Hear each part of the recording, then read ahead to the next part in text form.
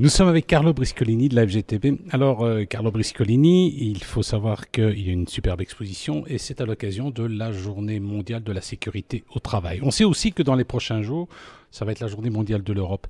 Alors, comment ça va la sécurité au travail en Europe et chez nous? On peut dire que malheureusement l'histoire se répète sur certains aspects, alors qu'on pensait que l'histoire du monde des mines, et notamment de la catastrophe de 1956, certaines leçons avaient été retenues, puisqu'à l'époque, un des sauveteurs disait lui-même à l'époque que ce qui était important c'était le charbon et pas les hommes.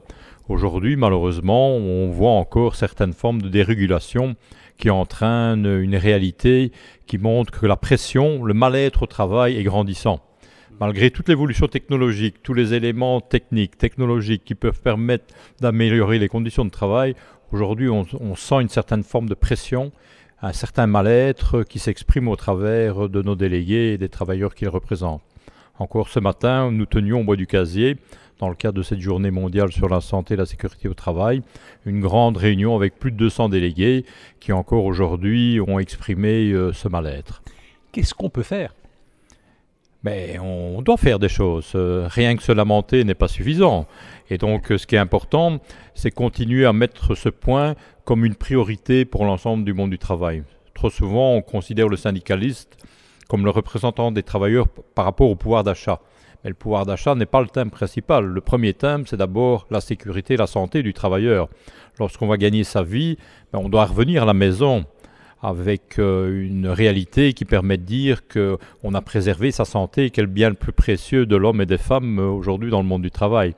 Et donc aujourd'hui, au travers d'un certain nombre de législations, d'investissement sur la santé et la sécurité, je pense qu'il faut toujours continuer à taper sur le clou pour essayer d'arriver à ce que l'ensemble des secteurs, des entreprises puissent considérer ce thème prioritaire qu'est la santé et la sécurité comme l'aspect le plus primordial de la réalité du monde du travail aujourd'hui.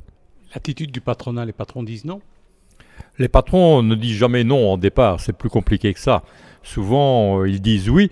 Mais malheureusement, lorsqu'on doit traduire ce oui par une réalité concrète et donc par des investissements, des réalisations concrètes, souvent ils se cachent derrière la rentabilité, la productivité et le fait qu'ils n'ont pas nécessairement tous les moyens pour permettre de résoudre les justes revendications des travailleurs en la matière. Et le politique? Le politique, il doit créer un cadre. Donc s'il ne crée pas de cadre propice à cet objectif, on commence déjà à discuter dans une position qui n'est pas idéale. Or, le monde politique, souvent aussi estime que c'est un élément important, primordial, mais malheureusement, il n'impulse pas une volonté qui permette de dire autour de l'ensemble des partenaires qu'il y a vraiment un objectif concret et un objectif ambitieux. Et donc aujourd'hui, c'est plutôt des oui de façade.